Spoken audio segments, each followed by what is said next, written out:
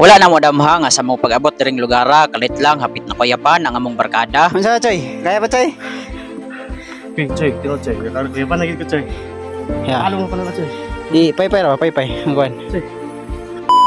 Hello mga choy, this is me again, your Lens TV. And for today's video, akong ipakita sa inyo ang among experience sa usa nga ginadayo karon nga laaganan diri sa Lantapan. Nga in my thoughts, inspired by Larapan. Tungod kay kung naa ka diring dapita ang lugar sa tibuok Bukidnon, murag naaras imong atubangan. Kay pag-abot pa lang gid ninyo mo na ni ang inyong makita ang kalinaw nga piling walay problema sa panahon sa atong pagkabata. Mao nang sakto kayo kay kung ikaw tong klase sa tao nga gikapoy nagpangitag solusyon sa imong problema. Sulay ang mga lugar nga sama ani og bisita. Kay basin pareha namo nga ang peace, kalinaw nga imong gipangita, diri nimo makita. Kay sa kinabuhi samtang gasibog ang atong edad, anam-anam pud natong ginatagbo ang realidad. Nga kasagara mao imo pa-stretch sa atong kapasidad. Rason nga usahay kita maning palad sa laing komunidad. Ug para dili na kay ta mulayo mga choy, balik ta sa atong pinakatumong aning video ha. Nga mao ang pag-share sa atong experience diring lugara. Pasensya kay mga choy kay akong personal experience sa kinabuhi man akong na-share sa inyo ha.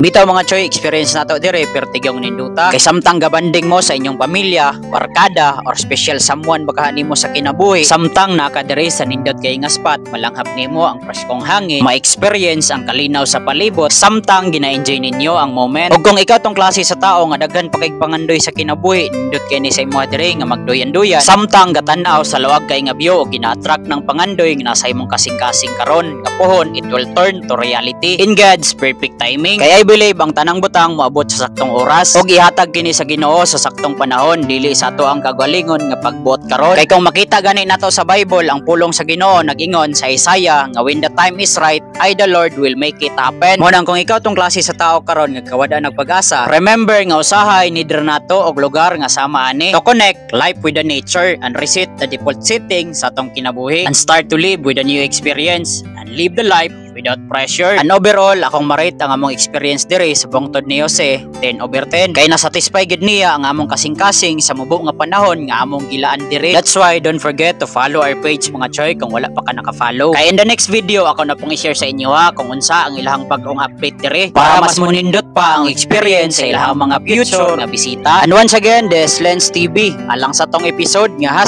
#suporta lokal, sharing local stories. Og pirmi ga pabilin og storya nga bisag unsa man kalisod ang kinabuhi, abante rata, pirmi.